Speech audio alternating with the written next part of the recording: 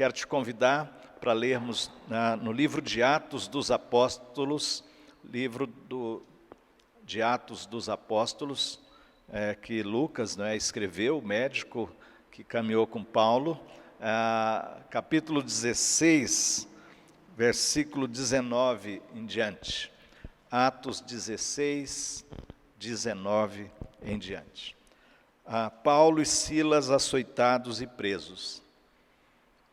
Vendo os seus senhores que se lhes desfizera a esperança do lucro, agarrando em Paulo e Silas, os arrastaram para a praça à presença das autoridades. E levando-os aos pretores, disseram: estes homens, sendo judeus, perturbam a nossa cidade, propagando costumes que não podemos receber nem praticar, porque somos romanos. Levantou-se a multidão unida contra eles, e os pretores, rasgando-lhes as vestes, mandaram açoitá-los com varas.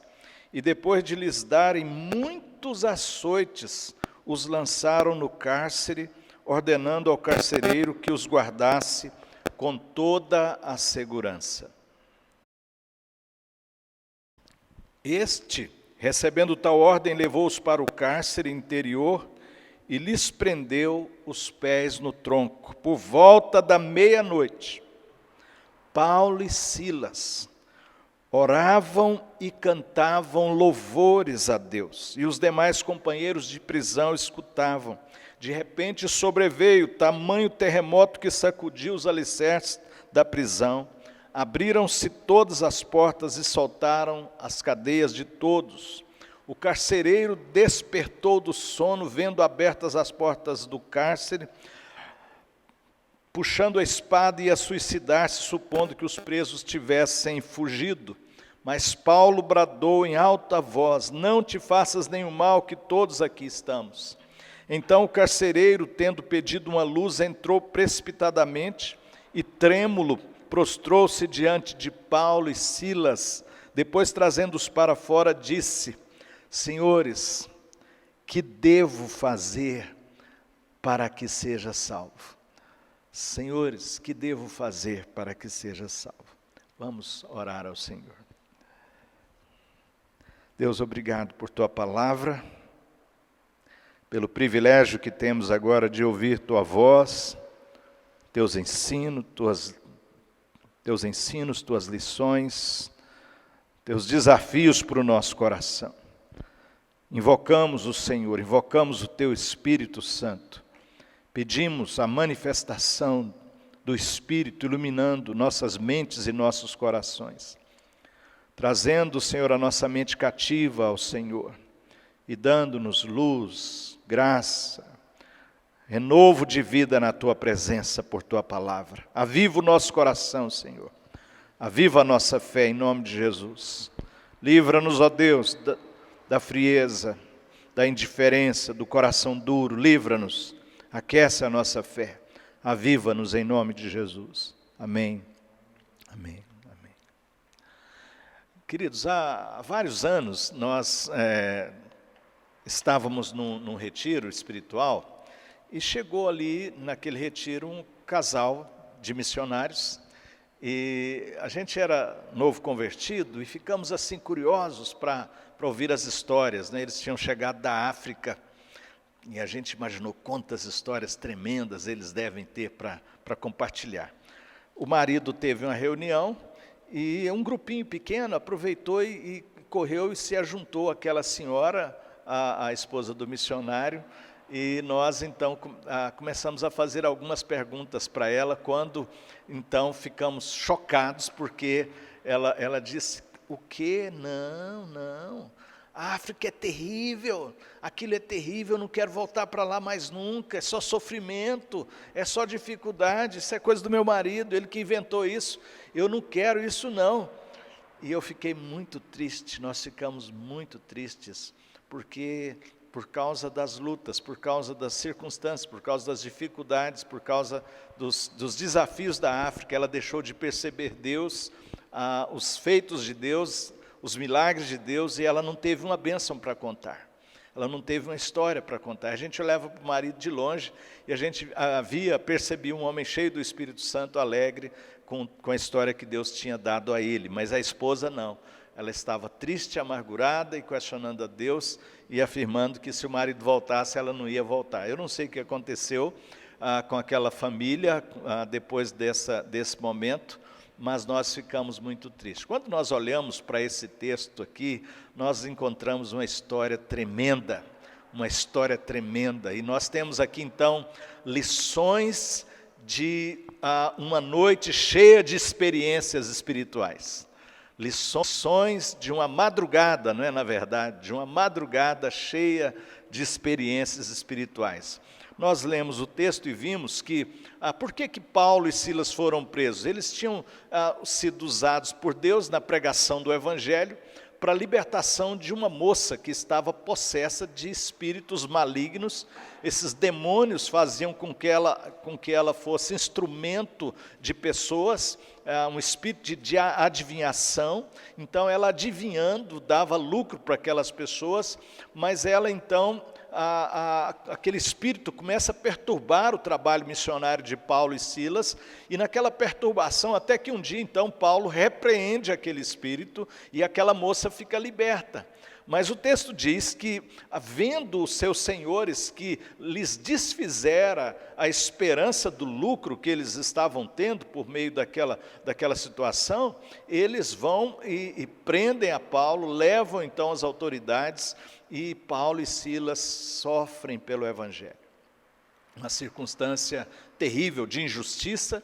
Eles eram cidadãos romanos, eles não podiam ter sido açoitados daquela forma, muito menos sem julgamento ali de forma precipitada. Então eles foram injustiçados, foram humilhados, foram feridos, as costas rasgadas, ensanguentadas, meia-noite, os pés amarrados num tronco, numa situação extremamente desconfortável, por causa do amor a Cristo, por causa do Evangelho, por causa do amor às pessoas, levando o Evangelho de Cristo. Mas ao invés de encontrarmos esses missionários questionando a Deus, brigando com a vida, brigando com as circunstâncias, nós vamos encontrar Paulo e Silas meia-noite, madrugada, início da madrugada, meia-noite, com os pés amarrados num tronco. Mais uma vez eu repito, as costas ali, não é? As feridas expostas, ensanguentadas, certamente o frio, a fome, mas eles, diz-nos a palavra, que eles oravam e cantavam louvores a Deus. Oravam e cantavam louvores a Deus. E de uma forma tremenda Deus visita aquele lugar. Há um terremoto, o carcereiro que estava lá na sua casa, né, que era ali então contíguo à prisão, ele era o carcereiro que estava vigiando, então a casa era muito colada, ele estava ouvindo aqueles cânticos, e o coração dele, que certamente já tinha sido impactado pelo testemunho da mulher, da jovem que tinha sido liberta, agora ouvindo aqueles louvores, né? Talvez ali Paulo cantando um cântico que já não é novo, que eu gostava muito, né? Leão de Judá, Leão de Judá, Leão de Judá. E assim Paulo cantava, louvava, exaltava o Senhor em meio àquelas dores, em meio àquela circunstância difícil, e aquele homem foi impactado, né, com aquele terremoto. Ele vai para ali para se suicidar, para destruir sua vida. Mas Paulo clama para ele: não faça isso, nós estamos aqui. E aquele homem então não tem outra coisa a dizer a não ser perguntar: o que eu faço para conhecer esse poder? O que eu faço para conhecer o que vocês estão vivendo? O que eu faço para ser salvo? E Paulo então ministra para ele o Evangelho. Eles vão para a casa do próprio carcereiro e eles pregam para a família inteira é batizada. E depois então eles vão fazer uma comida, vão cuidar das feridas daqueles servos de Deus. E eu quero então tirar dessa história tremenda, queridos, dessa história tremenda da vida de Paulo e Silas, nessa madrugada, essas várias experiências tremendas dessa madrugada, tirar algumas lições. Lições de uma madrugada cheia de experiência com a presença de Deus em meio aos conflitos ali na pregação do Evangelho. Primeira lição é essa aí, que é tão desafiadora para nós, queridos, tão desafiadora. Quando, por volta da meia-noite, versículo 25, Paulo e Silas oravam e cantavam louvores a Deus. Viver para a glória de Deus, no dia mais difícil, açoitados, costas ensanguentadas, a pés amarrados no tronco, injustiçados, humilhados. Mas eles não entram em briga, não entram em crise com Deus, não entram em crise com a vida, não questionam a Deus, não questionam a graça, não questionam a bondade de Deus. Sabemos que Paulo tinha uma visão muito clara da soberania de Deus. E sabemos que Paulo tinha uma consciência muito grande, que era um privilégio sofrer por amor a Cristo. Sofrer por amor a Cristo por causa do Evangelho. Por isso Paulo, então, a sua convicção da soberania de Deus, do processo de Deus trabalhando em meio a tudo que está acontecendo, Paulo se põe com Silas a orar e a louvar a Deus, a engrandecer ao Senhor, a bendizer ao Senhor, a entoar cânticos espirituais. Ah, queridos irmãos, queridas irmãs, esse texto me desafia, me mexe, balança comigo, porque a gente tem tendência de reclamar, as coisas estão difíceis, podem piorar, e às vezes pioram. Havia um demônio perturbando ali os apóstolos na pregação do Evangelho. Mas podia piorar, piorou. Foram presos, foram humilhados, foram açoitados, amarrados num tronco. E tudo isso terrivelmente, queridos. Mas eles estão orando, eles estão louvando o Senhor.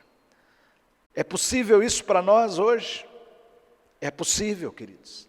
Deus quer isso da nossa vida. Deus quer isso de nós. Que nós tenhamos mais maturidade.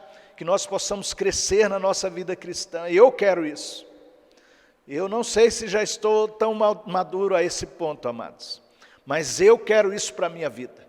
Esse é o desafio para a minha vida e para a sua vida em nome de Jesus. Uma vida que parte para a oração, para uma vida de louvor ao Senhor em meio às circunstâncias mais adversas. Porque senão, queridos, nós vamos continuar, se não reclamando, vamos fugir, vamos para a fuga. Fuga buscando conforto ou consolo no pecado, ou na murmuração.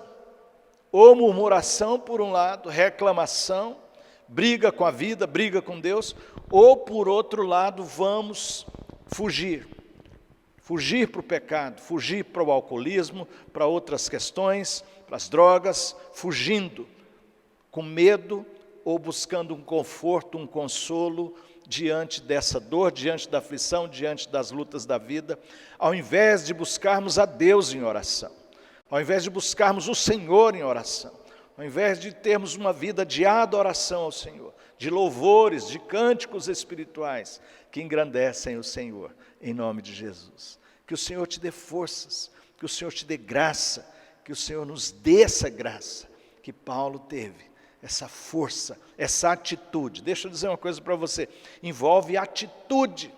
Ao invés de optarmos por murmuração ou fuga, buscando conforto e consolo no pecado, ou indiferença, ou coração duro, deveríamos tomar atitude, a atitude de Paulo, de orar e de engrandecer o nome do Senhor.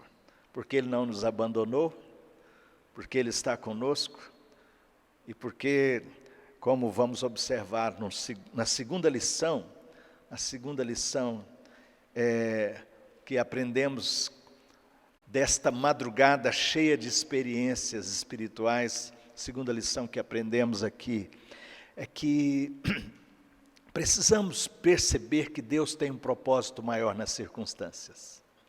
Nada acontece fora dos propósitos de Deus. E Ele tem um propósito maior em todas as coisas. Quando passamos por sofrimento, por adversidade, Deus quer usar o nosso testemunho. Deus quer usar a nossa vida. Talvez nós não vamos perceber os propósitos, mas nada acontece na vida de um crente sem propósitos.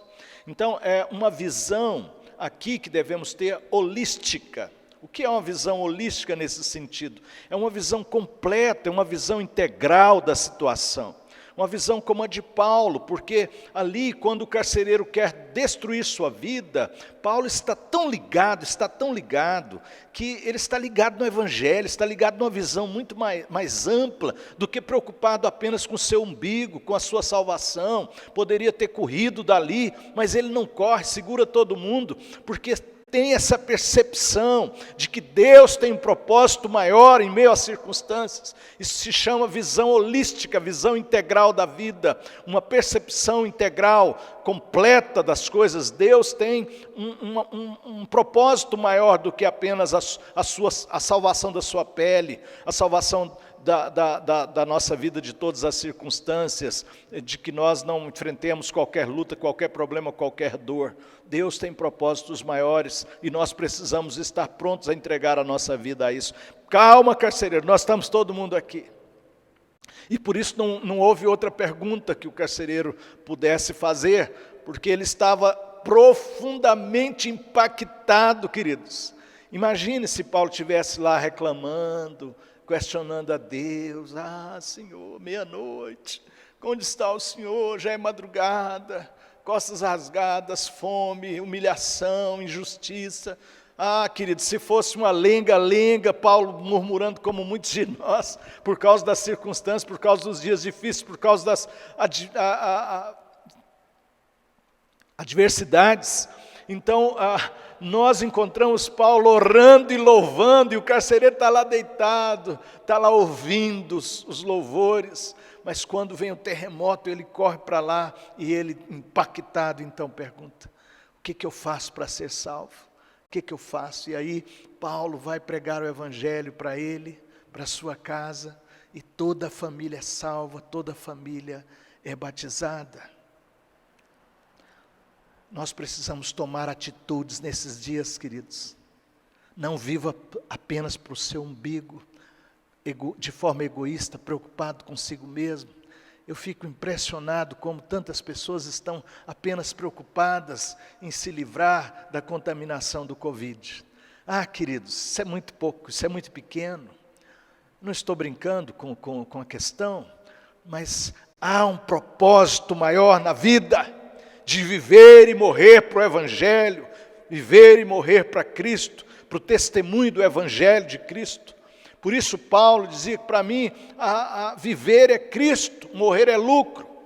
Então nós precisamos nos cuidar. Não estou falando para deixar de se cuidar, mas estou falando para deixarmos o medo, o egoísmo, a preocupação apenas consigo mesmo. Nós precisamos ter uma visão maior do reino, uma disposição maior de servir, de contribuir com o reino, de fazer diferença, de aproveitar oportunidades. Você está aproveitando as oportunidades? Você está aproveitando as oportunidades de falar do amor de Cristo, de testemunhar do amor do Senhor, de que as pessoas percebam que você está orando, que você está louvando ao Senhor, que você está vivendo para a glória de Deus?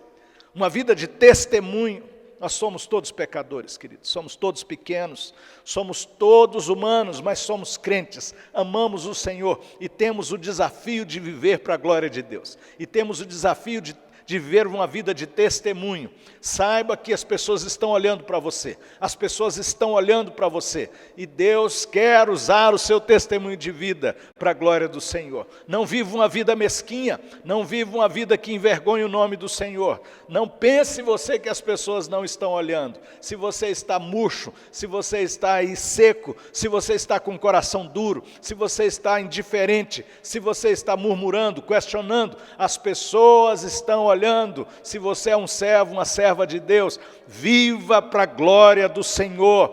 entoando cânticos, orando ao Senhor, vivendo uma vida de testemunho, pessoas vão ser impactadas por causa da visão holística, uma visão integral, uma visão maior do reino de Deus. Deus tem propósito em meio à Covid-19.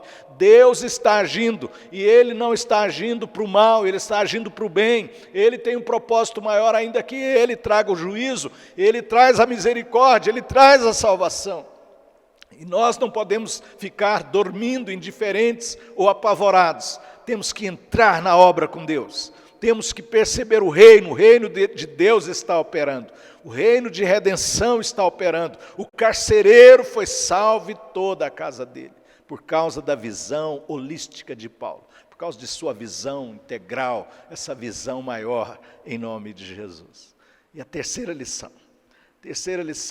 tremendo que o texto nos mostra aí, queridos, que Paulo, o carcereiro, então, chama Paulo para a sua casa, não é? Quando nos diz aqui, versículo 31, respondeu-lhe: crê no Senhor Jesus, será salvo tu e tua casa. E lhe pregaram a palavra de Deus e a todos os de sua casa. Então, aí já talvez 00:30, 1h, e virou uma vigília, não é? Pregando a palavra, agora pregando para toda a família.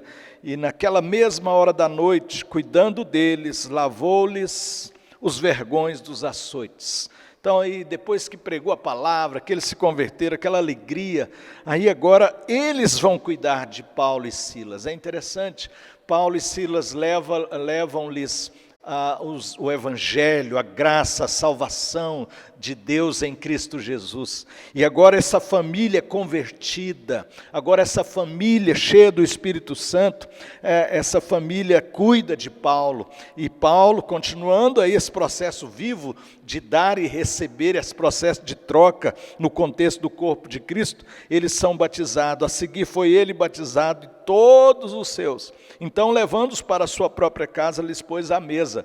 Não sei se agora já é quase 3h, que Paulo vai comer alguma coisa, né? Aí eles põem a mesa da comunhão. Tremendo, queridos. A mesa da comunhão. Terceira lição é que no dia da adversidade,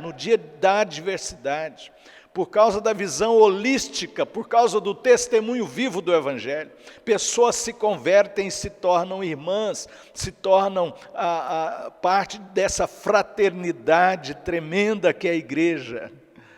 E nós usufruímos, a lição é essa, a lição dessa realidade de quando nos dispomos a viver para a glória de Deus, experimentamos a bênção de colhermos filhos na fé, de experimentarmos o cuidado mútuo de uns para com os outros, que é a comunhão.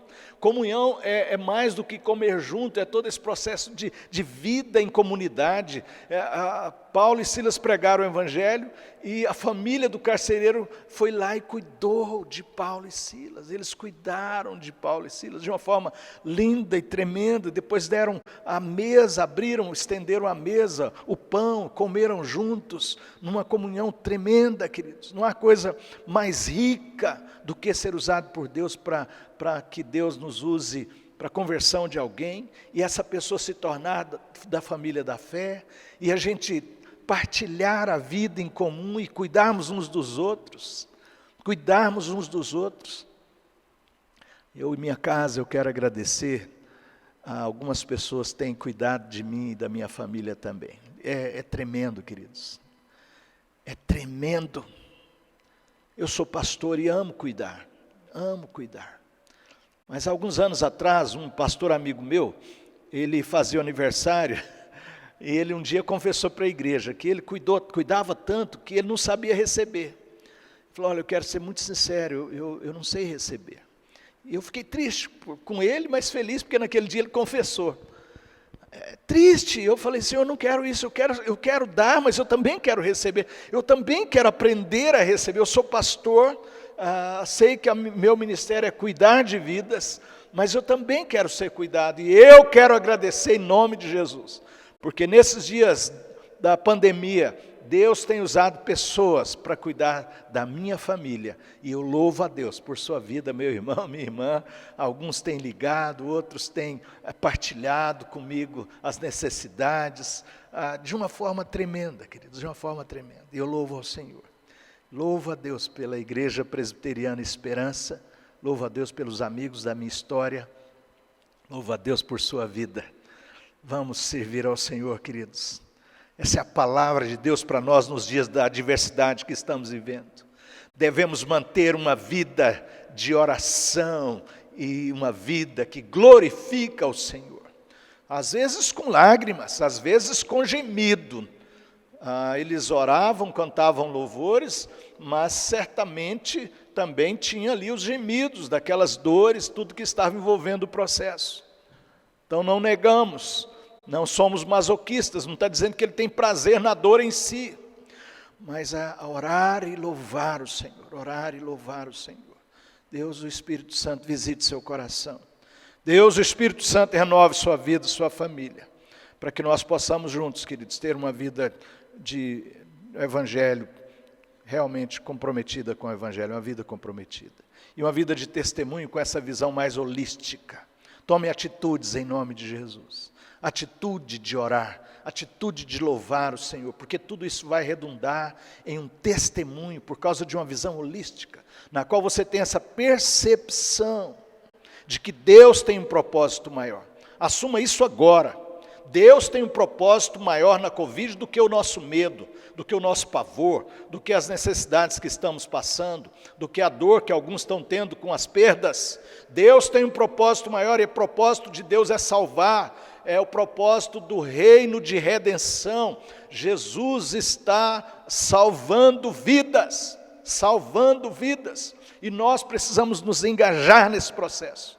Tome atitude por essa visão holística. Deus tem um propósito maior. Por última atitude que você deve tomar, já aplicando o texto, desafiando você e a mim, essa visão de querer ser usado por Deus para a pregação do Evangelho, para que pessoas se convertam e se tornem nossos irmãos e irmãs em Cristo. Pessoas que vão chegando para essa comunhão tremenda, para essa comunhão linda, onde cuidamos uns dos outros, onde abraçamos, curamos as feridas uns dos outros, onde alimentamos uns aos outros, onde ninguém é tão pobre que não possa doar alguma coisa, que ninguém é tão apóstolo, tão espiritual que não possa receber. Paulo recebeu o cuidado das feridas, recebeu o cuidado daquela mesa, o pão, abertura de coração, porque todos precisamos uns dos outros, precisamos da igreja, precisamos ser igreja, precisamos. Você pode ligar para alguém, você não pode visitar, não pode ir lá, mas você pode ligar, você pode orar. Eu tenho insistido com isso. Ligue para alguém, ore com alguém, compartilhe, participe da nossa jornada de oração, os discípulos de oração.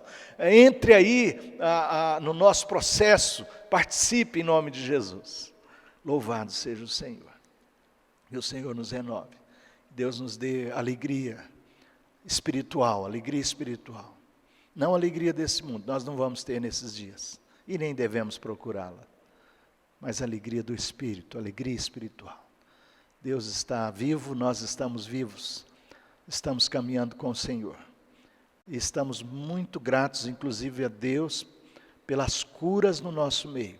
Várias pessoas que têm sido contagiadas estão sendo curadas no nosso meio, e é motivo de louvor, de gratidão, de nós bendizermos o Senhor, nosso Deus. Em nome de Jesus, continue orando, por favor, pela Michele, do Wesley José, que está com esse pequeno câncer, esperando a cirurgia, e pediu para que nós estivéssemos em oração. São vários pedidos de oração, por pessoas que estão aí contaminadas pelo vírus, que estão enfrentando a enfermidade, alguns hospitalizados, essas crianças pelas quais estamos orando, clamando juntos ao Senhor. Vamos orar, vamos compartilhar uns com os outros, vamos nos apoiar em amor, vamos cuidar uns dos outros. Nós somos a Igreja Esperança, em nome de Jesus. O Senhor abençoe sua vida, o Senhor abençoe sua família, cuide da sua família.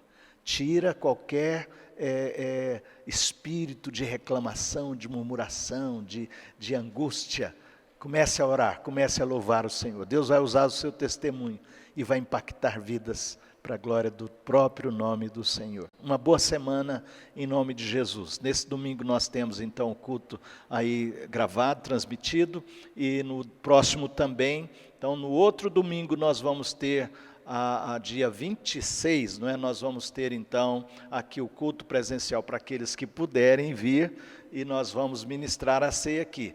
Os irmãos que estão em casa, nós não ministramos a ceia à distância, online, aqui vocês podendo comer na sua casa, é uma decisão do Supremo Conselho da Igreja Presbiteriana do Brasil, é a nossa igreja e eu respeito essa posição, penso que realmente o sacramento não deve ser assim ministrado, mas quem puder, vem aqui. Então, 5, 12, aí dia 19 então. 19 é o dia da ceia, melhor. Obrigado, Wesley. Dia 19 então é que é a ceia para quem puder vir presencialmente. Aqui nós estamos mantendo todos os detalhes, distanciamento, a questão da entrada, a questão de medir a temperatura, a questão do álcool em gel para as mãos. Então nós estamos cuidando de tudo para quem vem. Mas você, ninguém é obrigado a vir, nós estamos extremamente em paz. Agora, se você está dentro das condições e você quer participar da ceia do Senhor presencialmente, venha dia 19, depois também 26, e aí nós vamos seguindo. Nós estamos apoiando, sim, o nosso governo, estamos aí em oração, estamos caminhando em paz, não é, irmão? Estamos caminhando em paz em nome de Jesus. Vamos orar? Vamos orar ao Senhor em nome de Jesus. Senhor, ensina-nos o cântico na agonia. Paulo entoou um cântico na agonia. No dia da dor, no dia da angústia, eles oravam e cantavam louvores a Deus. Ó Senhor, dá-nos esta graça. Livra-nos, Pai, de qualquer espírito de murmuração, de frieza, de dureza, de morte espiritual, Senhor, de reclamação, e dá-nos esse espírito tremendo de oração e de louvor ao Teu nome, Senhor. Dá-nos essa visão integral da vida, de que o Senhor está trabalhando em tudo, que o Senhor tem propósito em Covid, o Senhor tem propósito na dor, que o Senhor tem propósito em tudo que acontece nessa vida, Senhor. Ó Deus, e dá-nos a percepção do testemunho, da bênção que é sermos alcançados, para que novos irmãos cheguem à Tua presença e à Tua família, e possamos experimentar esse cuidado vivo de uns para com os outros, a bênção da comunhão, de ser igreja, de cuidar das feridas uns dos outros, de partir o pão, a comunhão. Oh, glória ao Teu nome, Senhor, glória ao Teu nome, pela vida da igreja, por aqueles que estão despertos, cuidando uns dos outros. Aleluias, aleluia, Senhor. Abençoa os que sofrem, continua operando o milagre do Senhor na vida da Michele, na vida dos que estão sofrendo, dessas crianças que temos colocado diante do Senhor, das famílias que estão com seus entes queridos enfermos. Nós invocamos o Teu nome, pedimos graça, pedimos misericórdia, Senhor. Rogamos também por aqueles que estão, ó Deus, como tantos, com essa luta terrível financeira, Senhor. Ó Pai, Deus da providência, ouve dos céus, abençoa, supre, dá coragem, dá fé, dá esperança ao nosso coração. Em nome de Jesus, amém, amém, amém. Recebamos a graça, queridos. E que a graça do nosso Senhor Jesus Cristo, o amor de Deus, o nosso amado e maravilhoso Pai, e que a comunhão, e que as consolações do Espírito Santo de Deus sejam sobre todos vós, sobre todos nós, sobre todo o povo de Deus espalhado pela face da terra, agora e para sempre. Amém, amém. Que o Senhor abençoe.